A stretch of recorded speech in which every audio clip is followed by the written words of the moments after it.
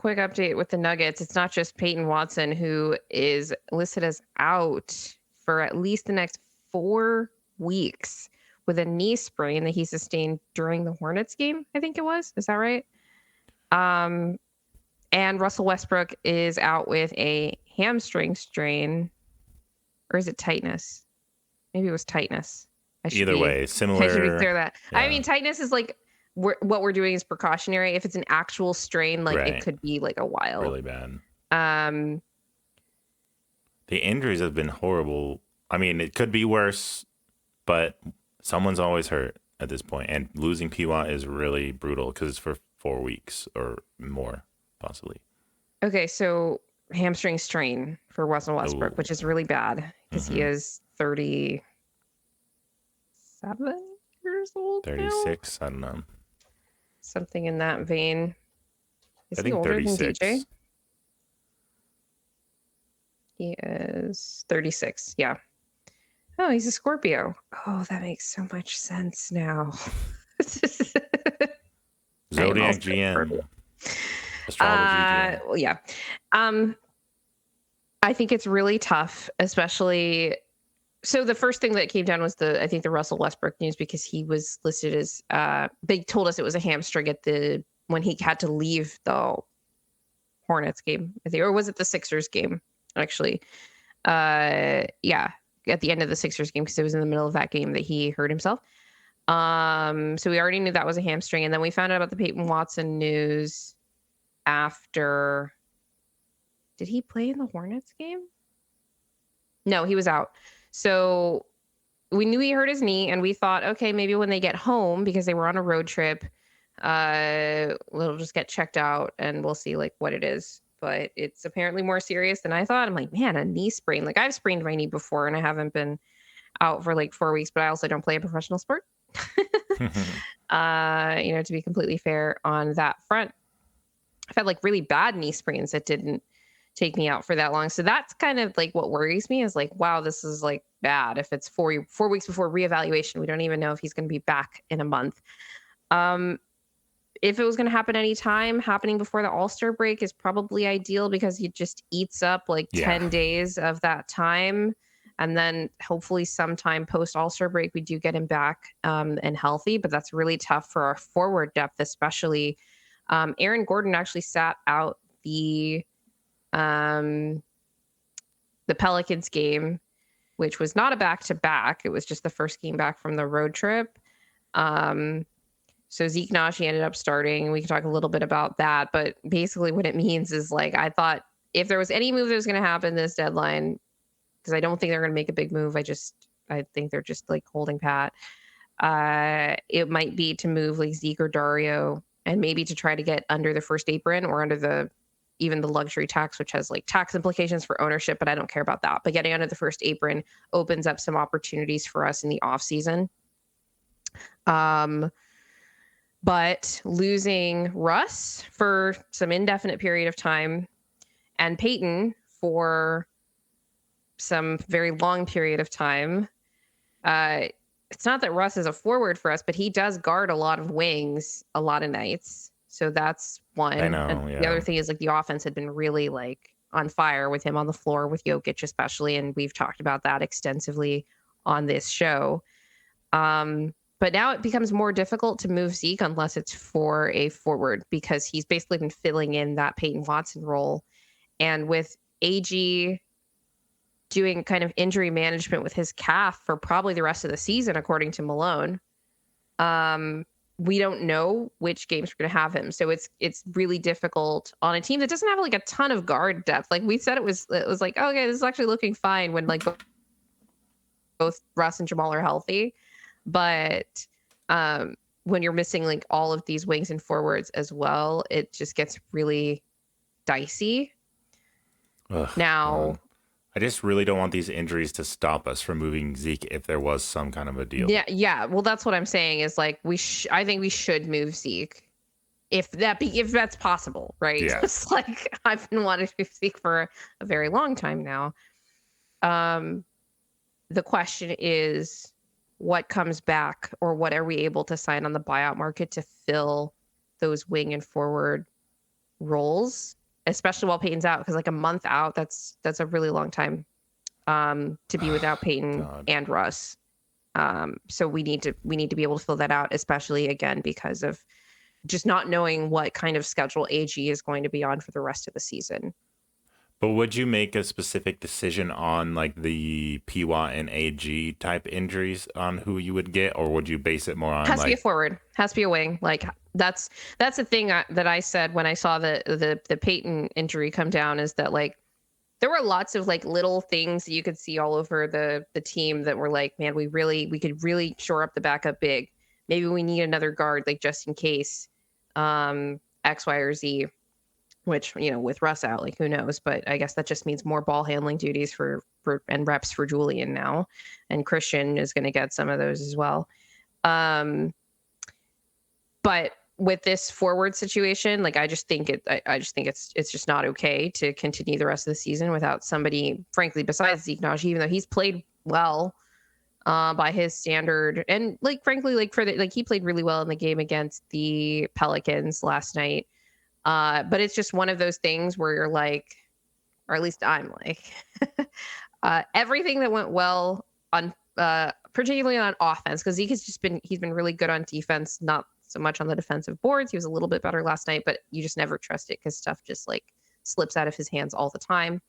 But on offense, everything that happens looks like a complete accident. And you're just like, I wasn't expecting that layup to go in or that three to not airball. And it's just like,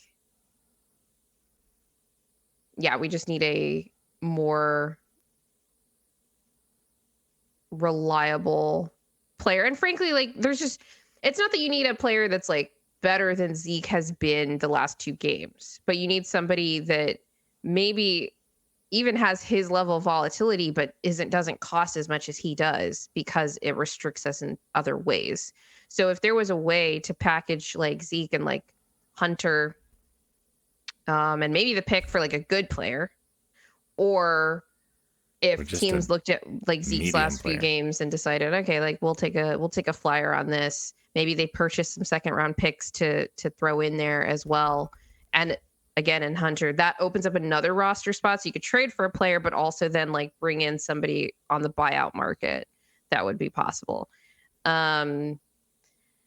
That's what I would do. That's what I would still do. And I think that while it does make it more difficult to trade Zeke right now because you just need another forward, if an opportunity presents itself for another wing, you should, like a playable wing, you should take it. Like I would take that. Yeah. As long as it doesn't cost the first round pick, unless it's for a good player. Like that's my line. Right. So if you use the pick to just salary dump Zeke, that doesn't improve the team. You need to use the pick. If you're going to use a first round pick, you need to use it to get a good player, not just salary dump. Right. No. I wouldn't say use it to salary dump, but like, who knows what we need to do this summer? Or like what kind of stars maybe we could try to get next to Jokic. Yeah, that would be brutal. Or just like other good role players. Yeah. I'm feeling kind of panicky about the Nuggets, to be honest. I'm glad we're not trading MPJ. Like, I never wanted that anyways. Like, I'm not to that level. And Malone did say last night, I believe, after the game that I don't believe any of these people. Okay, that's fair. But he did say we're not trading Michael Porter Jr. But yeah, he said we're not trading Michael Porter. To which Dan Valley, friend of the show, who have we had Dan on the show before? No, totally get him on.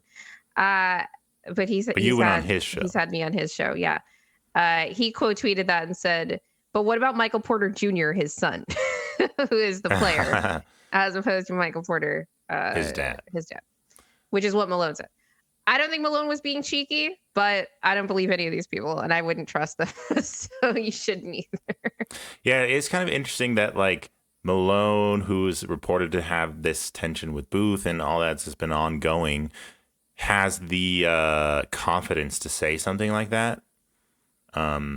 Maybe he knows like the reality of the front office situation and the trade situation. Zach LaVine obviously just got traded, so that deal's off the table. I always thought the Jimmy Butler deal was unlikely anyway. But for a coach who seemingly isn't on the same page with the GM could still just do whatever he wants at the end of the day. Absolutely could. So it's like that's he could do it and make Malone look foolish. I'm just gonna hope that that statement means some kind of consensus or them being on the same page more than usual is occurring. I think Malone is just defending his guys. Last trade deadline, and then we didn't trade anybody anyway, but he also said, as this was after the deadline, it was that night we played the Lakers. And I don't remember if it was the pregame or the postgame, but he said we have enough. Like we have the guys, we have enough. Jokic was asked this too, if they have enough on the roster in the locker room to accomplish their goals this season. That was the question from Vinny Benedetto. Yeah, and I liked your response. He's at the Denver Gazette, is that right? And Jokic said yes. He just said yes, move on. They're not going to trash talk their players say no, or the team. Also, exactly. Yeah. But Malone he did go out of his way to like kind of elaborate on that and be like, no, like we're not. He helped us win a championship, all this stuff. Maybe he's trying to make sure that Calvin doesn't. He's like, if you do this, you're going to look like a complete asshole. I think both would. Malone for saying it, even if he didn't know, and he's going to get heat for that. For doing it, exactly. But I actually don't think they're trading a PJ. Now that Levine, like, I'm like, who are you trading him for? Yeah, like, don't there's nothing. Jimmy Butler, like, we're not going to extend him, and he knows that, so he doesn't want to come here. Well, I can't wait till after the deadline to see what we really do or not do. I think obviously a big move's not going to be made, which I am happy about. Despite the injuries, it makes me concerned because we do have to actually get through these regular season games. Like, we need a higher seed if we want to seriously compete, which I think everyone has a different kind of gauge on where we are in terms of seriously contending, because sometimes we look pretty good, and with Jokic, you never know, but other times we just know the roster is a little bit limited. We've talked about that endlessly this season, and now we are even more limited with injuries. But it's okay. We have Zeke to the rescue, apparently, and here he is. He's coming back, and he's the forward of our dreams. I hope other teams think that too. I hope they think like, wow, Zeke's really saving their season. Maybe we should take a flyer on him. Yeah. I guess that's the only positive thing that's going to come out of playing him and him doing well. Is there a world where he plays so well that you wouldn't trade him? No. Okay. I wouldn't believe it. Like, it just wouldn't be real. Yeah. I think he's had other games where he like hits multiple threes and like whatever, but the process is just all wrong. I just think he's a bad fit on the team. It's like, look, he could do all of the stuff that he did last night against the Pelicans on another team, and that'd be great. But I just think we need a different kind of player on this team, or a player that's doing what he does, but for less money than he's on right now. Yeah. I agree, but I did hear some interesting rebuttals to all that. I've seen all the rebuttals. I've seen all the rebuttals. Been seeing the rebuttals for years. Yes. I was not a believer, but I could see it. Zeke Naji person last season. But every time he played, I was just like, this just doesn't make any sense. Even when he's playing well. I don't even I don't want to. He just had a really good game, so I don't want to like trash talk him or anything like that. But the screening is not there, the feel on the court is not there, the ability to consistently finish plays is not there. The rebounding's not there. The rebounding is absolutely not there. So it's just like it's a non-starter for him to be on this team on an $8 million a year contract with a player option at the end of it, given the rest of the kind of situation that our cap sheet is in right now. If an opportunity presents itself to trade him without trading a first round pick, or trading him like with the first round pick for a good player, I'm absolutely taking that. Yeah, me too. But $8 million is going to be like $3 million in 3 years. Okay, 3 years from now, Jokic is going to be turning 33. 33. Though. Like, yeah, exactly. So, yeah, it's funny. The veteran minimum, he's going to be making like close to like veteran minimum. Then it's like, well, yeah, but then like you can't trade him for anyone, so it's not even like a useful like salary for like filler. Try it now before money is less. Yeah, it's very interesting trade-offs. We get is Najee Marshall or Derek Lively going to be on the move, like whether they go to the Nuggets or not? I think that's a really interesting question, and those are two names I'm going to be looking out for It's just funny because now they have this reputation that you can pry away anyone because Nico Harrison's psychotic. But I don't know. He would be crazy, I think, to deal with Najee Marshall. But yeah, who knows what they're planning to do. Dude, if Nico traded Derek Lively, like, I would. Yeah. Well, I would be actually, like, not scared because I don't even know if he's going to be back this season, but I would kind of be like, I'm so annoyed that another team is getting this guy. Because he's please awesome. go to the East if you're gonna go anywhere that's not the Nuggets. Oh my gosh. Anyway, so that's the basketball fit with the Mavs. We don't even know if their offense is going to be good enough to make the playoffs, but if they make it there, they could be dangerous. I do think there's a lot of teams at the top of the West that are vulnerable to that kind of matchup defensively because there are so many defensive teams at the top of the West, right? It's like Memphis and Houston and OKC.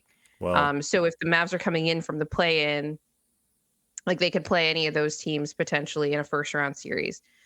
They won't play the Nuggets in a first round series because I don't think they're going to, even if their offense is like good, I don't know that they're going to climb up to like a 5th seed. Yeah. And I think the Nuggets are probably going to be in that 4-5. And they'll probably be out before then, I would think. But I hope we don't play. I don't want to play the double big lineup, even if like somehow the Mavs kind of suck. Yeah, it won't be fun. I think we can overcome it because I don't think they're like beefy like the Timberwolves were. Yeah. I think that I do think that matters a lot, especially for Jokic, but they're way easier to guard. I think they're easier to guard than the Wolves were last year, and our defense wasn't even really the problem, but they're easier to guard. That's what I was saying. Even though Kyrie kind of can kill us, I do think that we could kind of live with that and then shut everyone else down. I was saying that they kind of remind me of the Wolves, but just with less offensive upside, and I got like a lot of disagreement from that. That people thought, you know, with this AD and Kyrie team and Spencer Dinwiddie is more offensively potent than Ant and Cat and Nas Mike Conley and Nas. I was when like, Jaden decides to have a good game, like it's just a lot of drive and kick options. And they do have Najee Marshall, but again, they got like getting rid of Quentin Grimes just makes me think like, do they not care about offense? I'll have to see what move they make to upgrade the guard position. Yeah. For sure. Please, if you like our content, remember to hit the subscribe button, hit the like button, and share us with your friends, your enemies, your family, their enemies, their friends, their barbers, their dog walkers. Follow us on Instagram and TikTok at What's in a Game NBA. We have all our social links in the description. And always remember that winning is fun and losing sucks, especially losing a trade to Rob Pelinka and the Los Angeles Lakers. I know. It's Pelinka. Ugh. Don't get me started. We're done.